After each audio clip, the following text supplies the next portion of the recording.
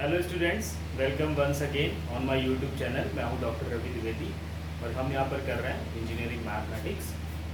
इस सीरीज़ में हम लोगों ने अभी तक जो डिफरेंशियल इक्वेशन वाला पोर्शन स्टार्ट किया था उसमें introduction to the differential equation कर लिया था and first order first degree जो डिफरेंशियल इक्वेशन है वो हम लोगों ने कंप्लीट कर ली थी। तो आज इस वीडियो में हम लोग स्टार्ट करने वाले हैं linear differential equation of higher order with constant coefficient. Higher order means the order greater than 1, मींस हम सेकेंड ऑर्डर से लेकर के nth ऑर्डर तक की लीनियर डिफरेंशियल इक्वेशन जो है विद कांस्टेंट कोएफिशिएंट्स उनके बारे में यहाँ पे हम लोग आज पढ़ेंगे, उनके सोल्यूशन के बारे में हम लोग पढ़ेंगे। ठीक है, तो अगर हम linear differential equation of higher order with constant coefficient की बात करें तो इसका रिप्रेजेंटेशन कुछ इस तरीके से होगा a1 a0 dny upon dxn, a1 dn minus 1y upon dxn minus 1 plus and so on an y is equal to fx। Okay, यहाँ पे जो भी हमारा a0 a1 और ये an है ये सब के सब क्या है, कॉन्स्टेंट्स हैं। ये सब के सब क्या है, हमारे कॉन्स्टेंट्स हैं। ओके, सो ये हमारी लीनियर डिफरेंशियल इक्वेशन हो गई विद कांस्टेंट कोएफिशिएंट। ठीक है, अब यहाँ पर दो केस बनते हैं कि जो हमारा fx है ये 0 है या फिर नॉट इक्वल टू 0 है। ये जो हमारा right hand side function of x given है ये हमारा 0 है या फिर नॉट इक्वल टू 0 है। ठीक है, सो अगर ये 0 होगा तो होमोजीनियस हो जाएगी इक्वेशन, नॉट इक्वल टू 0 होगा तो नॉन होमोजीनियस हो जाएगा। ठीक है, हमने जो फर्स्ट वीडियो यहाँ पे अपलोड किया इंट्रोडक्शन वाला उसमें हमने ब्रीफली सारे पॉइंट्स डिस्कस किए, homogeneous, non homogeneous, linear, non linear, है ना, कैसे हम लोग कैटेगराइज करते हैं। तो अगर अभी तक वाला वीडियो नहीं देखा है तो चैप्टर वाला वीडियो जरूर देख लें, फर्स्ट वीडियो है इस प्लेलिस्ट में। ठीक है, इसको देख लेंगे तो ये सारी चीजें क्लियर हो जाएगी। ठीक है, अब इसका अगर हमें सोल्यूशन लिखना है, हमें क्या करना है, इस इक्वेशन का जनरल सोल्यूशन लिखना है। तो इस इक्वेशन का जो जनरल सोल्यूशन होगा yx it will be equal to ycx plus ypx। ठीक है, यहाँ पे ycx क्या है, ycx यहाँ पे कॉम्प्लीमेंट्री फंक्शन है। ठीक है, ypx क्या है, ypx हमारा पर्टिकुलर इंटीग्रल है।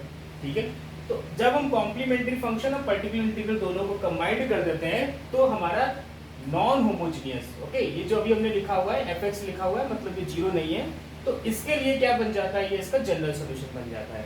ठीक है, अब यहाँ पे अगर बोला जाए कि कॉम्प्लीमेंट्री फंक्शन को डिफाइन करो और पर्टिकुलर इंटीग्रल को डिफाइन करो तो हम लोग कैसे डिफाइन करेंगे। कॉम्प्लीमेंट्री फंक्शन को डिफाइन करने के लिए हम क्या करेंगे, सबसे पहले इस इक्वेशन के करस्पॉन्डिंग होमोजीनियस इक्वेशन बनाएंगे। ठीक है, अगर पहले से ही होमोजीनियस गिवन है नो प्रॉब्लम, अगर नॉन होमोजीनियस गिवन है तो हम इसको होमोजीनियस बनाएंगे, मतलब यहाँ पे हम fx 0 लेके चलेंगे कॉम्प्लीमेंट्री फंक्शन के लिए। तो हमने क्या किया, late y1 y2 yn be n linearly independent solutions of homogeneous equation corresponding to 1। यहाँ पे जो हमने इक्वेशन 1 लिखी है इसके करस्पॉन्डिंग जो होमोजीनियस इक्वेशन बनेगी उसके हमने n linearly independent solutions लिए हैं।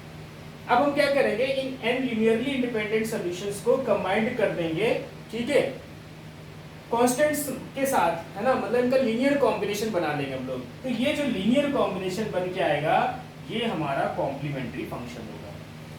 ठीक है, और यही जो कॉम्प्लीमेंट्री फंक्शन है ये जनरल सॉल्यूशन भी होता है इसका करस्पॉन्डिंग होमोजीनियस इक्वेशन का। अगर मान लो इक्वेशन यहाँ पे होमोजीनियस होती तो इसका यही जनरल सॉल्यूशन हो जाता है, क्या, कॉम्प्लीमेंट्री फंक्शन। ठीक है, पर यहाँ पे इक्वेशन कैसी है, नॉन होमोजीनियस है, तो हमें क्या करना पड़ेगा, इसके लिए पर्टिकुलर इंटीग्रल भी निकालना पड़ेगा। ठीक, पर्टिकुलर इंटीग्रल का मतलब क्या होता है, एनी सोल्यूशन ऑफ वन, है ना, कोई भी नॉन होमोजीनियस अगर हमारे पास इक्वेशन है तो उसका कोई भी एक ऐसा सोल्यूशन मिल जाए विदाउट एनी आर्बिट्री कांस्टेंट, जिसमें कोई भी आर्बिट्री कांस्टेंट्स ना हो, तो वो जो सोल्यूशन होता है हमारा वो क्या कहलाता है, पर्टिकुलर इंटीग्रल कहलाता है। ठीक है, जब हम कॉम्प्लीमेंट्री फंक्शन और पर्टिकुलर इंटीग्रल दोनों को कंबाइंड कर देते हैं तो हमारा जनरल सॉल्यूशन बन जाता है नॉन होमोजीनियस के लिए, बट जब हम सिर्फ कॉम्प्लीमेंट्री फंक्शन लिखते हैं तो ये हमारा जनरल सॉल्यूशन होता है होमोजीनियस के लिए। ठीक है, क्लियर हो गया होगा कॉम्प्लीमेंट्री फंक्शन क्या होता है, पर्टिकुलर इंटीग्रल क्या होता है। अब हम लोग रूल्स देख लेते हैं कि how we can find the complementary function and particular integral for a given differential equation. Okay, so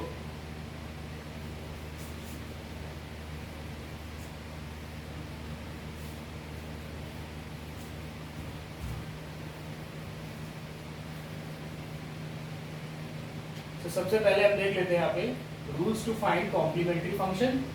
and then हम लोग देखेंगे पर्टिकुलर इंटीग्रल के लिए, ठीक है। फिर हम लोग उसके लिए देखेंगे पर्टिकुलर इंटीग्रल के लिए। सो देखो आप कॉम्प्लीमेंट्री फंक्शन बनाने के लिए, ठीक है, मान लेते हैं हमें जो इक्वेशन गिवन थी, हम इसको जो हमने लीनियर इक्वेशन ली थी, तो इक्वेशन फर्स्ट, ठीक है, can also be written as A naught D N plus A one D N minus one plus and so on A N, और इसके साथ में क्या आ जाएगा यहाँ पे y is equal to F X, ठीक है। यहाँ पे जो हमारा d है, d एक्चुअली क्या है, d हमारा एक्चुअली d अपॉन dx है, d हमारा एक्चुअली क्या है, d अपॉन dx है। तो जो हमें इक्वेशन गिवन थी वो आपने d अपॉन dx को d से डिनोट किया है, तो ये हमारी इक्वेशन इस फॉर्म में भी लिखी जा सकती है, ठीक है। अब हम क्या करेंगे, ऑक्सिलरी इक्वेशन बनाएंगे इसकी। ऑक्सिलरी इक्वेशन कैसे बनेगी, d को रिप्लेस करा देंगे n के साथ, a naught m to power n plus a1 m to power n minus one plus and so on a n, और इस पूरे एक्सप्रेशन को हम लोग क्या कर देंगे, इक्वल टू 0 कर देंगे, ठीक है, 0 कर देंगे। अब ये हमारा क्या बन गया, एक तरीके से पॉलिनोमियल इन m बन गया है ना, एक तरीके से क्या बन गया, पॉलिनोमियल इन n बन गया, डिग्री n का पॉलिनोमियल बन गया। और इसके जीरोस की बात करें अगर हम लोग, तो एक तरीके से इक्वेशन बन गई हमारी, इसको हम लोग क्या कर सकते हैं, सॉल्व कर सकते हैं, ठीक है। इसमें भी अगर n2 है तो क्वाड्रेटिक होगी, 3 है तो क्यूबिक होगी, इस तरीके से। मान लीजिए हमने इसको फैक्टराइज किया, इसको सॉल्व किया, तो इसके जो रूट्स आ गए हमारे λ1 λ2 एंड λn आ गए, ठीक है। n रूट्स आएंगे, n इक्वेशन अगर n डिग्री की इक्वेशन है तो मैक्सिमम n रूट मिल सकते हैं हमको, ठीक है। चलो मैं n रूट्स मिल गए। अब हमको क्या लिखना है, CF लिखना है, हमको क्या लिखना है, CF लिखना है। तो हम लोग इसको डिवाइड कर लेते हैं कुछ कैटेगरीज में। कैटेगरीज किसकी, based on the nature of the roots. ये जो हमने रूट्स निकाले हैं इनके नेचर के हिसाब से देख लेते हैं। पहला केस ये है when roots are real and distinct, ठीक है। सॉरी, रूट्स हमारे कैसे हैं, रियल है और डिस्टिंक्ट है। तो इसका जब हम लोग CF लिखेंगे, CF हमारा क्या हो जाएगा, C1 e to power m1x plus C2 e to power m2x plus and so on Cn e to power mnx, ठीक है, बहुत आसान है। m1 और सॉरी यहाँ पे m1 की जगह हम क्या लिखते हैं, λ1 लिखते हैं ना, क्योंकि हमने रूट्स को लैम्डा से नोट किया है। ये हम लोग लिखते हैं λ2x, और यहाँ पे भी λnx, ठीक है। यहाँ पे λ1 λ2 λn हमें पता है, हम यहाँ पे वैल्यू रख देंगे, तो ये हमारी CF की वैल्यू आ जाएगी, ठीक है।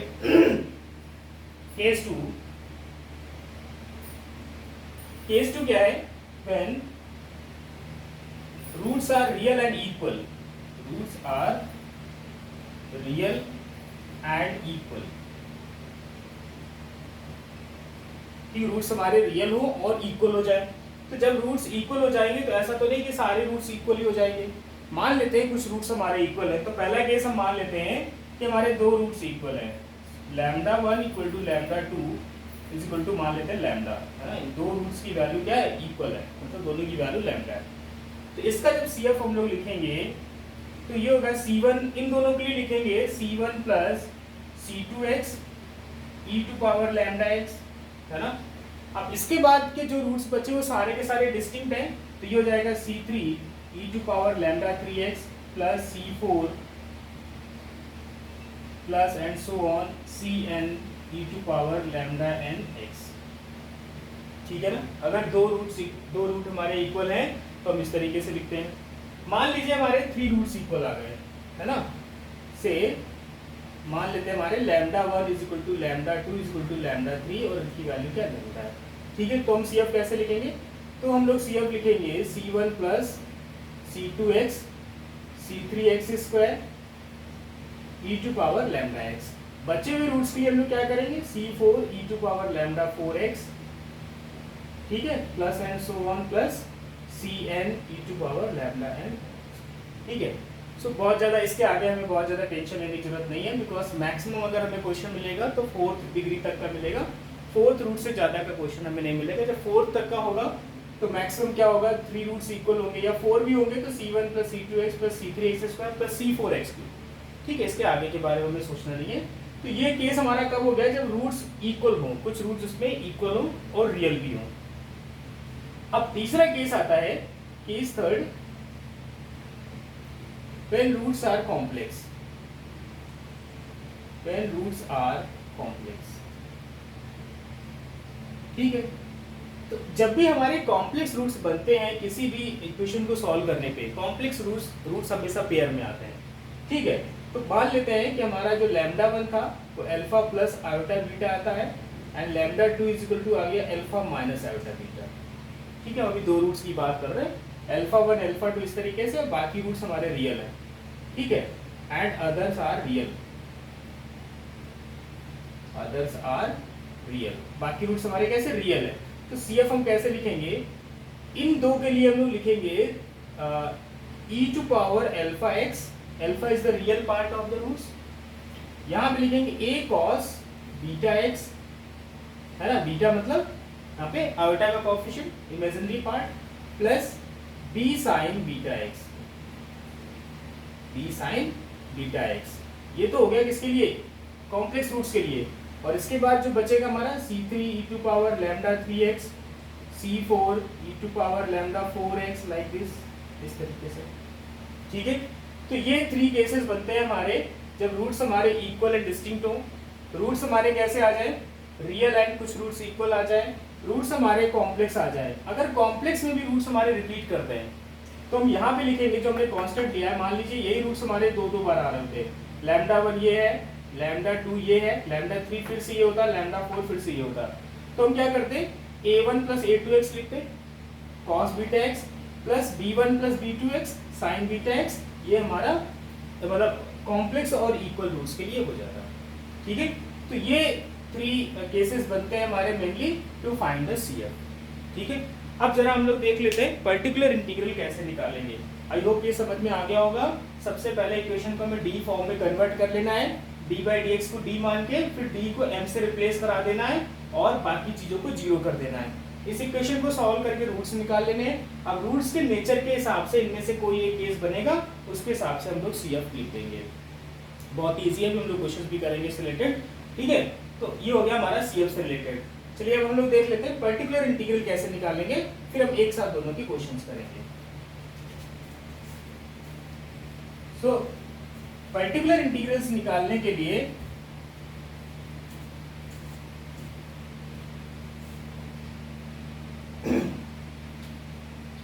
यहाँ पे भी हम लोग क्या करेंगे, केसेस बनाएंगे।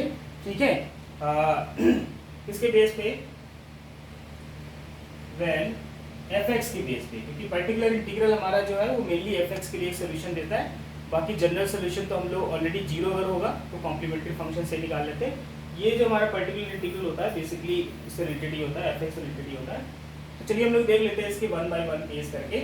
अभी जो हमने इक्वेशन लिखी थी इन टर्म्स ऑफ d, अगर उसको हम शॉर्ट में लिखना चाहें तो उसको हम लोग ऐसे लिख सकते हैं f dy is equal to fx। अगर हम शॉर्ट में लिखना चाहें, हमारा जो पूरा एक्सप्रेशन था वो d में था और y ऐसे ही था, fx को हमने ऐसे लिखा। ठीक है, तो यहाँ व्हेन fx की जगह लिख दो 1 can also be written as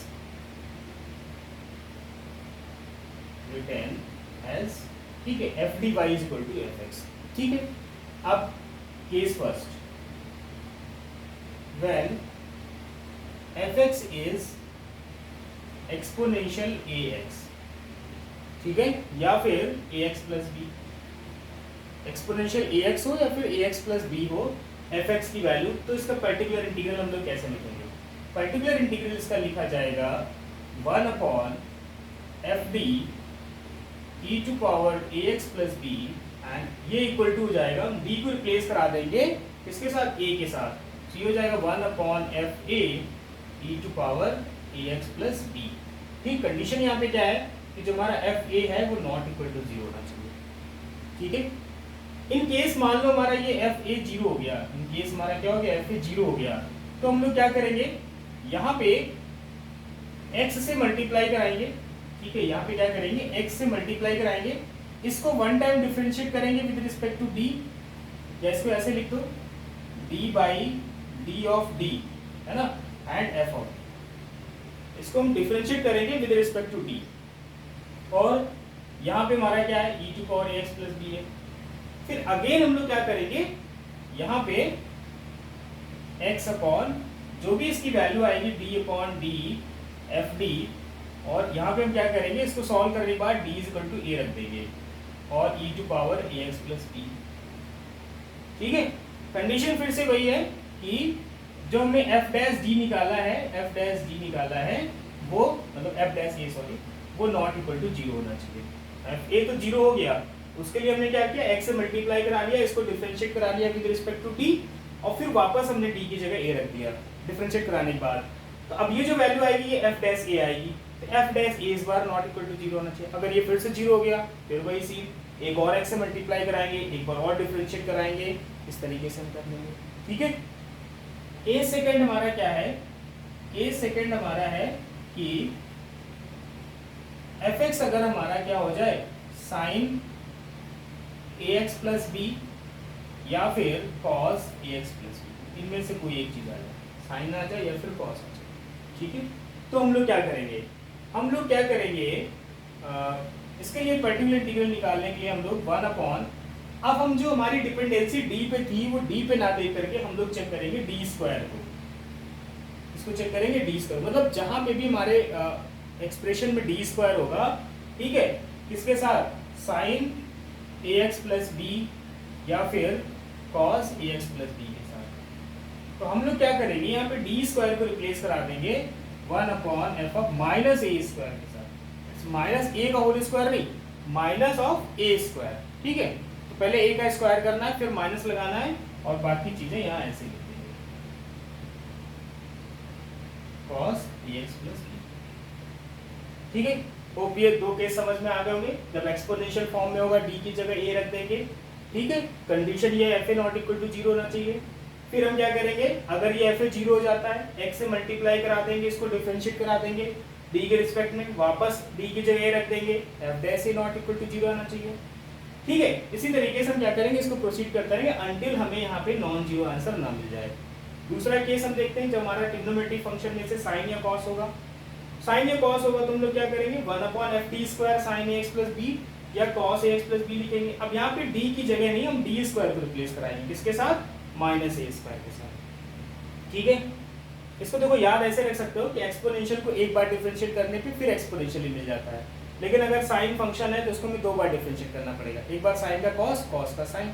ठीक है, तो साइन से वापस साइन लाने के लिए क्या होगा, दो बार डिफरेंशिएट करना पड़ेगा, मतलब डी स्क्वायर, और डी स्क्वायर जब करेंगे तो ए स्क्वायर आएगा, हर बार ए आएगा, और साइन का कॉस होगा, फिर कॉस का साइन, तो एक माइनस साइन भी आ जाएगा। तो इसलिए हम यहाँ पे क्या कर रहे हैं, माइनस ए स्क्वायर। तो ऐसे याद रखने का ट्रिक है, हम लोग इसको इस तरीके से याद रख सकते हैं। ठीक है, ये दो केस समझ में आ गए।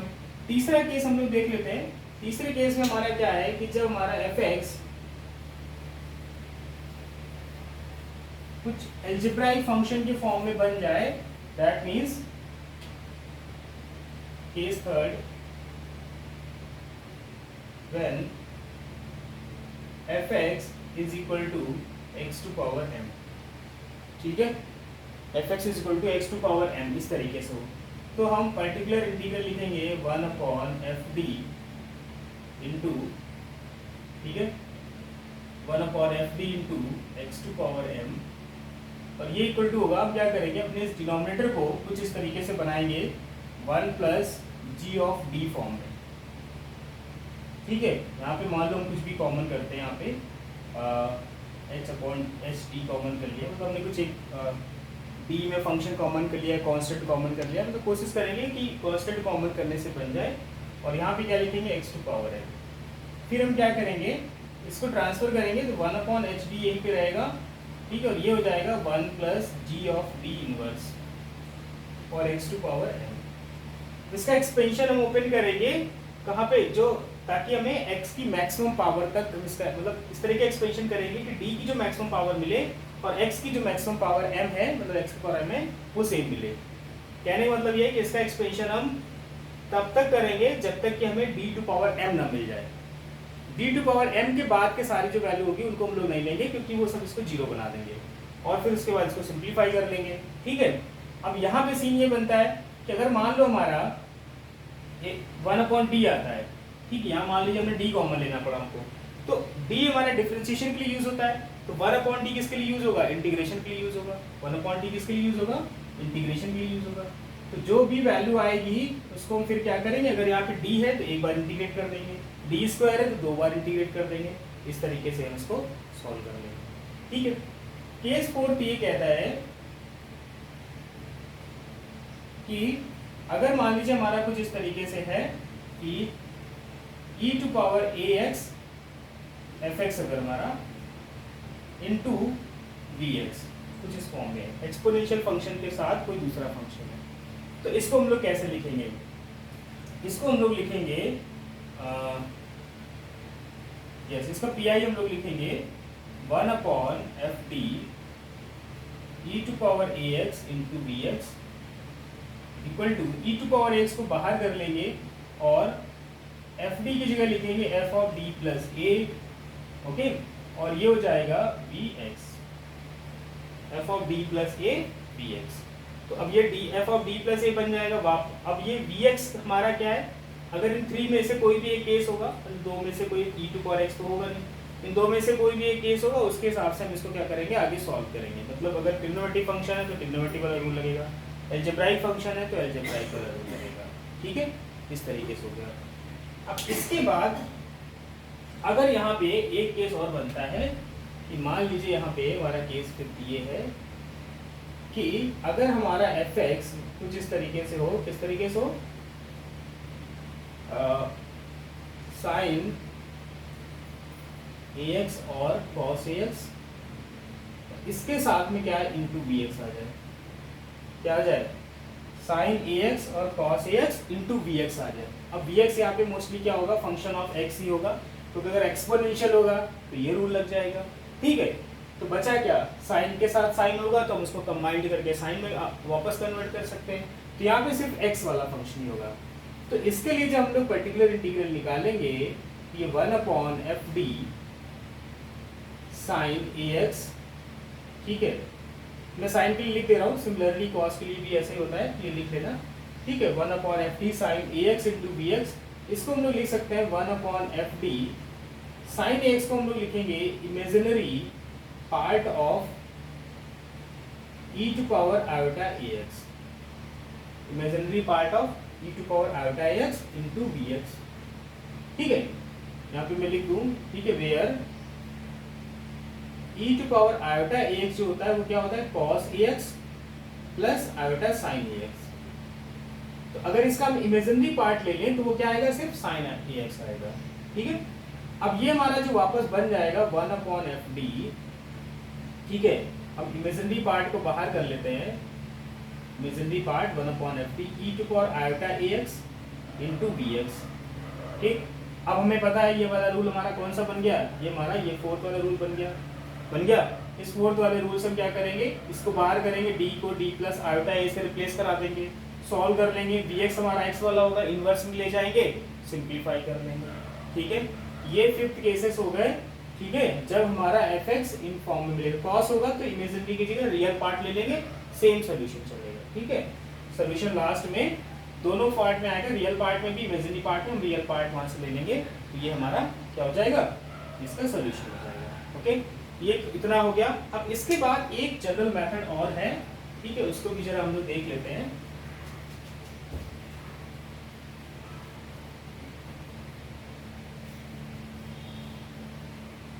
एक जनरल मेथड और है कि जैसे मान लीजिए हमारा साइन कॉस है ना, ट्रिग्नोमेट्रिक फंक्शन में बन रहा है, इनके लिए हमें रूल पता है, पर अगर मान लो सेक कॉसेक टैन कॉट कुछ ऐसा आ जाता है तो हम लोग क्या करेंगे, ठीक है। तो इसके लिए हमें क्या करना पड़ेगा कि मान लो हमें क्वेश्चन गिवन है fd y = fx, fx is any function of x, अब कोई केस नहीं इसके ऊपर है। कंडीशन बस क्या है कि हम इस fd को फैक्टराइज कर सकते हैं d - a d - b इस तरीके से, ठीक है। एंड a1 ऐसे करके लिख लेते हैं, चलो a2 and d - a y = fx, ठीक है। जरा इसका देख लेते हैं कि मान लो हमने एक फैक्टर लिया d - a y is equal to, ठीक है, इस तरीके से मान लो हमने इसका पर्टिकुलर इंटीग्रल निकालना है, तो हम लोग क्या करेंगे, इसका पर्टिकुलर निकालने के लिए हम लोग लिखेंगे 1/fd इंटू, ठीक है, fx, fd हमारा क्या है, फैक्टर्स है d माइनस ए, ठीक है, d minus a1, d minus a2 and so on d minus an into fx। अब यहाँ पे जो भी फैक्टर्स होंगे इन सबको हम क्या कर सकते हैं, पार्शियल फ्रैक्शन की हेल्प से हम इनको कन्वर्ट कर सकते हैं, a1 upon d minus a1, a2 upon d minus a2 plus and so on an upon d minus an, और यहाँ पे क्या आ जाएगा, fx आ जाएगा, ठीक है। सेपरेट भी कर लेंगे, a1 upon d minus a1 fx, ठीक है, और फिर क्या हो जाएगा, ये हो जाएगा हमारा okay, so fx and plus, मतलब इस तरीके से हम क्या करेंगे, a2 upon d minus a2 fx, और ये प्लस एंड सो ऑन। मैंने थोड़ा ज़्यादा जनरलाइज ले लिया है, इस वजह से थोड़ा सा लेंदी हो रहा, लेकिन कोई बात नहीं, जनरलाइज सीख लेंगे ज़्यादा बेटर है। अब देखो एक पार्ट के हम सोल्यूशन इसका कैसे निकालेंगे, मान लो हमारे पास सिर्फ ये पार्ट होता तो इसका सोल्यूशन हम लोग कैसे निकालेंगे, इसका सोल्यूशन हम लोग निकालेंगे, मान लिया हमारे पास सिर्फ इतना पार्ट होता, d minus a1 y is equal to F X, तो ये एक्चुअली क्या लिखा है, dy minus a1 y is equal to F X, ठीक, ये लीनियर इक्वेशन बन गई। हम लोगों ने भी पिछले वीडियो पढ़ा है, linear differential equation of first order first degree, ठीक है। अगर अभी तक लास्ट वाला video part 2, think part 1 part 2 है ना, इसके लिए मैंने फर्स्ट ऑर्डर फर्स्ट डिग्री के लिए मैंने ऑलरेडी 2 वीडियो बनाए, तो अगर वो तक वीडियो नहीं देखें तो प्लीज़ वो वीडियो जरूर देख लें। तो ये क्या बन जाएगा, लीनियर डिफरेंशियल इक्वेशन बन गई, इसके लिए इंटीग्रेटिंग फैक्टर क्या होता है, e टू पावर, है ना, minus a1 x, a1 into, एक मिनट, a1 dx, और ये आ जाएगा इंटीग्रेशन में, ठीक है। तो ये बन जाएगा e to power minus a1 x, solution क्या हो जाएगा इसका, y into e to power minus a1 x is equal to integral fx e to power minus a1 x into dx, ठीक है। फिर हम लोग क्या करेंगे, इसको जो ट्रांसफर कर देंगे हम लोग, तो ये बन जाएगा e to power a1 x integral fx e to power minus a1 x into dx, बन गया। प्लस एक कांस्टेंट ऐड कर लेते हैं, c1 ऐड कर लेते हैं, ठीक है। अब देखो यहाँ पे अगर इस वाले फैक्टर की हम बात करें, तो ये वाला फैक्टर हमारा कैसे हो जाएगा, ये वाला फैक्टर हमारा हो जाएगा a1 e to power a1 x integral, है ना, fx into e to power minus a1 x into dx, plus दूसरे वाले फैक्टर की क्या आ जाएगा, a2 e to power a2x integral fx e to power minus a2x into dx and plus and so on, ठीक है। I hope कि ये समझ में आ रहा होगा। ये सबसे इंपॉर्टेंट इसलिए है क्योंकि यहाँ पे fx कोई भी फंक्शन हो हम इसको कर सकते हैं, बस कंडीशन क्या है कि fd को हम लीनियरली फैक्टराइज कर पाए, लीनियर फैक्टर में इसे हम ब्रेक कर पाए, ठीक है। ये सबसे इंपॉर्टेंट पार्ट है। सो Pi इज इक्वल टू क्या हो गया, 1/fd fx, और ये इस तरीके से हमने लिखा, हमने इसको पार्शियल फ्रैक्शन करके ब्रेक कर लिया। इसको देख के डरो मत, बिकॉज यहाँ पे हमने n फैक्टर लिए हैं, हमें n नहीं मिल रहे हैं, मैक्सिमम क्वाड्रेटिक इक्वेशन मिलनी है, क्यूबिक मिलनी है, ज़्यादा से ज़्यादा 2 या 3 फैक्टर होने हैं, 2 या 3 फैक्टर होंगे तो हम पार्शियल फ्रैक्शन से इजीली उसको ब्रेक कर पाएंगे, ठीक है। और फिर हम लोग क्या कर लेंगे, इसका यूज़ करके इसके क्वेश्चन, ये कॉन्सेप्ट हम लोग कर लेंगे, ठीक है। तो अभी हम लोग ये सारे कॉन्सेप्ट जो थे related to CF and PI वो हम लोगों ने कंप्लीट कर लिए हैं, ठीक है। अब हम लोग क्या करने वाले हैं, इनसे रिलेटेड कुछ क्वेश्चंस भी देख लेते हैं, ठीक है। तो मैं कुछ क्वेश्चन जरा नोट कर लेता हूँ जरा यहाँ पे। सो स्टूडेंट्स, मैंने यहाँ पे कुछ क्वेश्चंस नोट किए हुए हैं, ठीक है। मैं 1 बाय 1 करके इनका सोल्यूशन देखते हैं, डिफरेंट टाइप के क्वेश्चंस हैं। तो पहले क्वेश्चन में देखो यहाँ पे नॉन होमोजेनियस इक्वेशन मिल रही है, मतलब हमें कॉम्प्लीमेंट्री फंक्शन और पर्टिकुलर इंटीग्रल दोनों निकालना है इसके लिए, ठीक है। तो कॉम्प्लीमेंट्री फंक्शन निकालने के लिए हम लोग क्या करते हैं, हम लोग b को रिप्लेस करा देते हैं m के साथ, और फिर पूरी इक्वेशन को क्या कर देते हैं, इक्वल टू 0 कर देते हैं, ठीक है। सो लेट्स डू इट, कि डी को हम लोग क्या कर देते हैं, एम से रिप्लेस करा देते हैं और इसको कर देते हैं equal to 0। So for complementary function क्या करेंगे हम लोग, ऑक्सिलरी इक्वेशन निकालेंगे। ऑक्सिलरी इक्वेशन कैसे निकलेगी, M square minus 5m plus 6 equal to 0, D की जगह m रख देंगे। तो इसको जब फैक्टराइज कर लेंगे हम लोग तो ये आ जाएगा M square minus 3m minus 2m plus 6 equal to 0। So basically यहाँ से क्या आ जाएगा, m minus 2 and m minus 3 equal to 0। तो m की दो वैल्यू आ गई 2 एंड 3, मतलब लैम्डा 1 हमारा 2 है एंड लैम्डा 2 हमारा क्या 3 है। ठीक है, रूट्स में कैसे दिख रहे हैं, रियल भी है और डिस्टिंक्ट भी है। तो CF कैसे लिखेंगे इसका हम लोग, CF मतलब YC कैसे लिखेंगे, C1 e to power lambda 1x मतलब 2x plus C2 e to power lambda 2x मतलब 3x।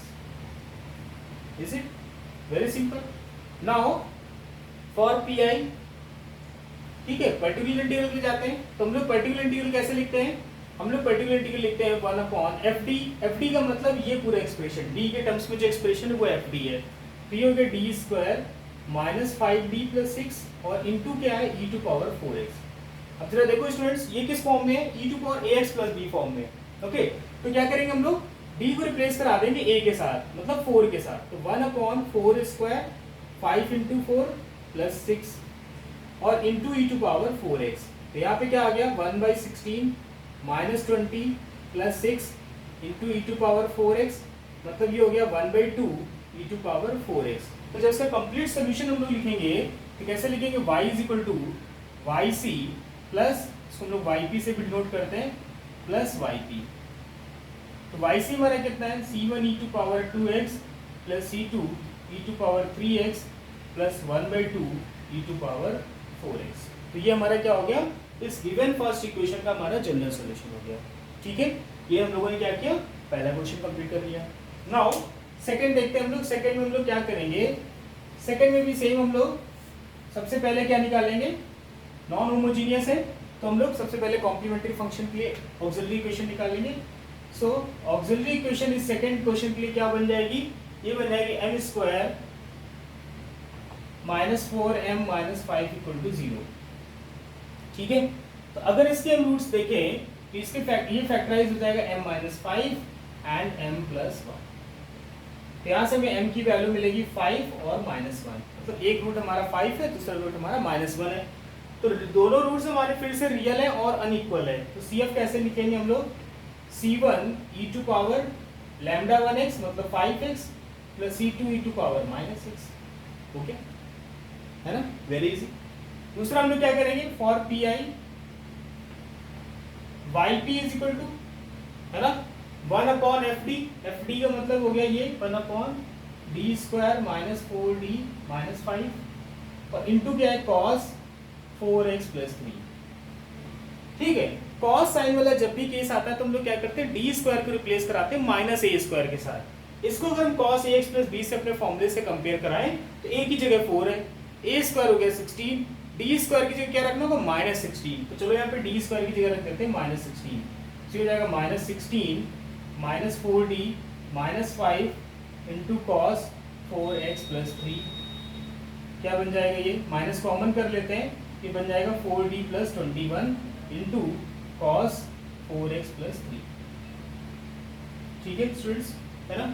अब जरा देखो, यहाँ पे तो डी स्क्वायर है नहीं तो वापस इसको हम लोग सॉल्व नहीं कर सकते हैं।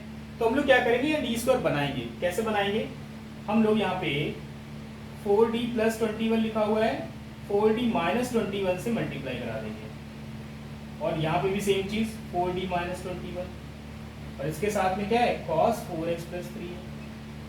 अब ये क्या बन जाएगा हमारा, ये हमारा हो जाएगा minus 21 minus 4d upon 4d मतलब 16d स्क्वायर माइनस 21 स्क्वायर कितना होता है, 441 और इसके साथ में क्या आ जाएगा, cos 4x प्लस 3।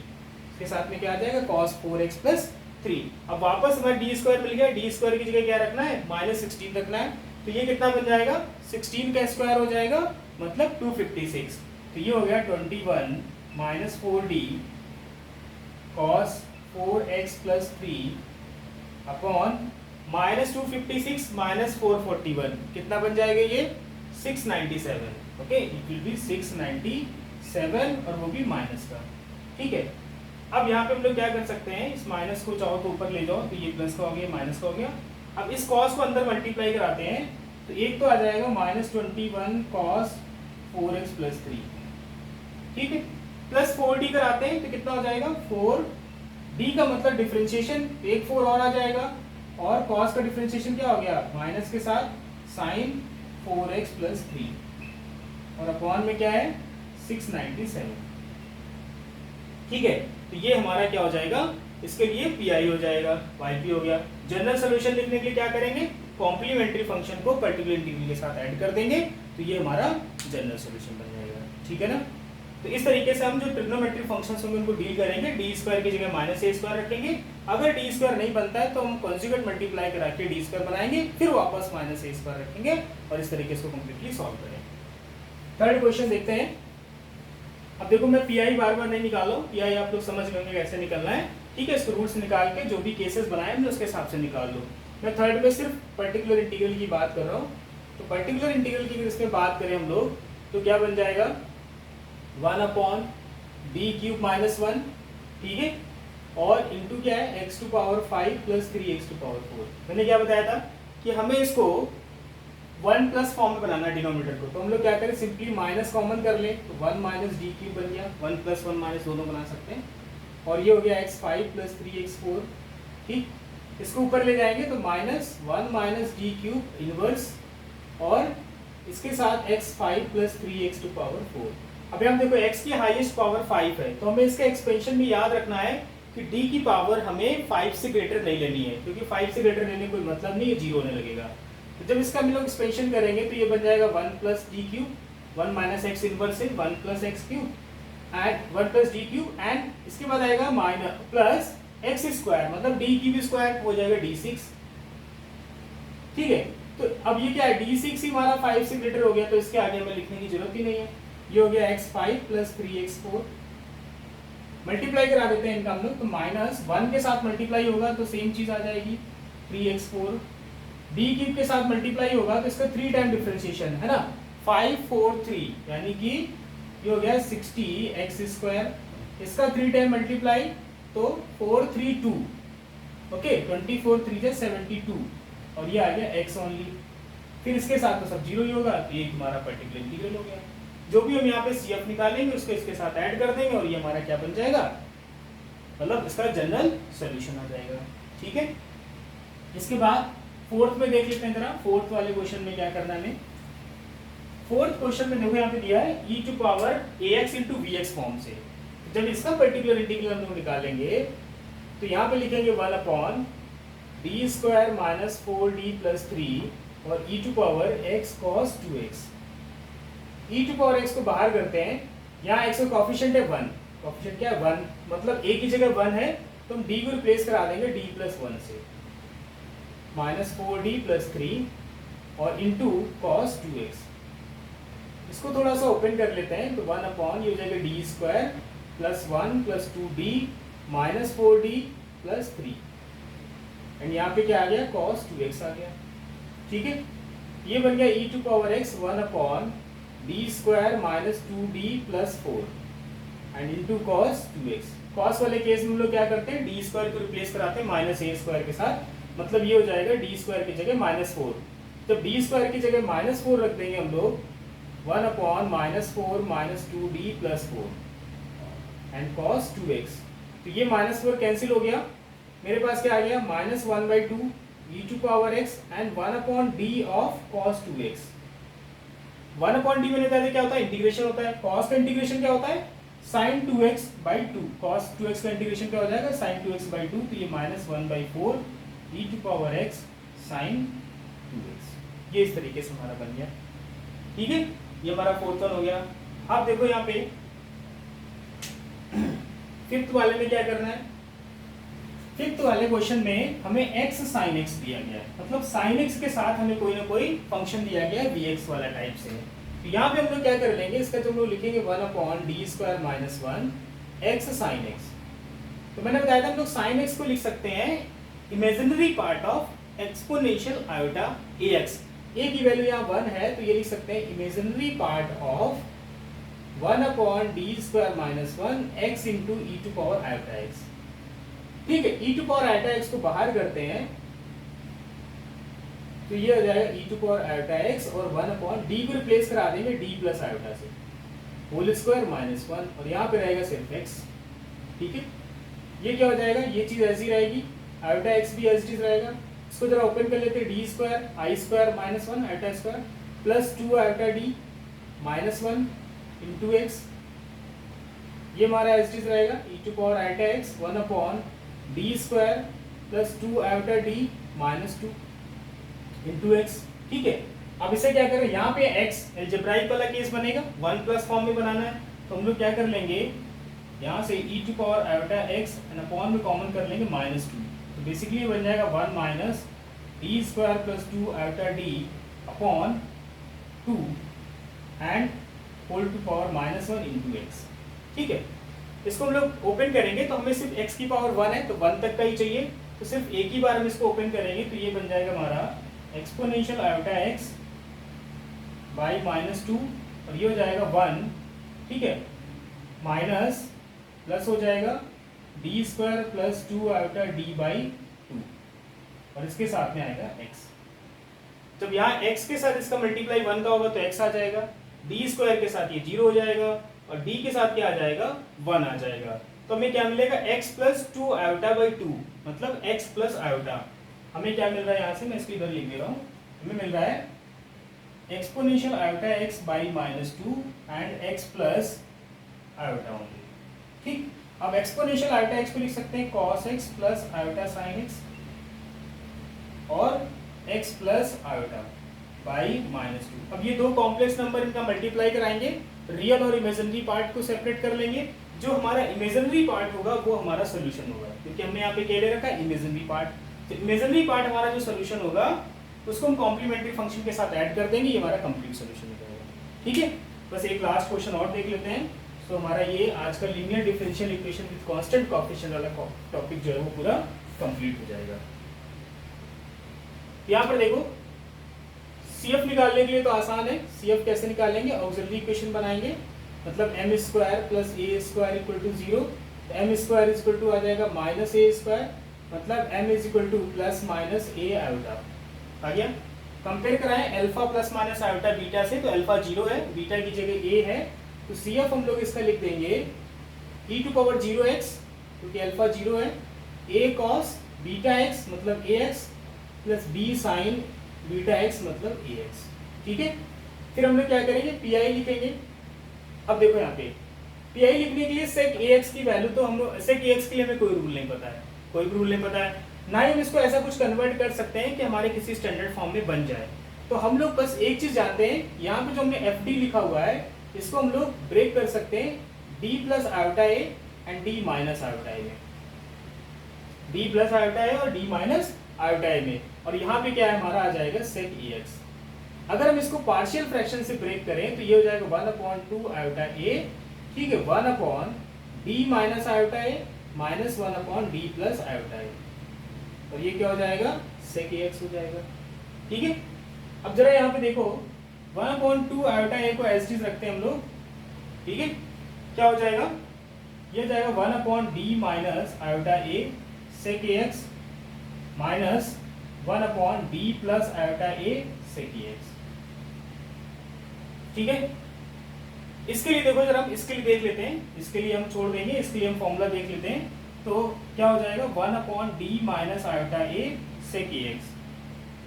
हमें पता है कि d माइनस a लिखा होगा, fx लिखा होगा, तो क्या फॉर्मूला होता है, इसका फॉर्मूला होता है e टू पावर ax मतलब आयोटा ax। ठीक है, integral e to power minus iota ax और इनटू fx मतलब sec ax इनटू dx। ठीक है, अब देखो यहाँ पे e टू पावर हो गया आयोटा ax, इंटीग्रल इसको हम लोग लिख सकते हैं cos ax minus iota sin ax, और इसके साथ में क्या है sec ax इनटू dx, है ना स्टूडेंट्स। अब जब इसको हम लोग क्या लिख सकते हैं, इसको हम लोग लिख सकते हैं इसको हम लोग लिख सकते हैं एक्सपोनेंशियल आयोटा ax, ठीक है। अब cos ax है ना, जब sec ax का इसके साथ मल्टीप्लाई होगा तो cos अपॉन cos ही हो जाएगा 1, इसको लिखने की जरूरत नहीं है।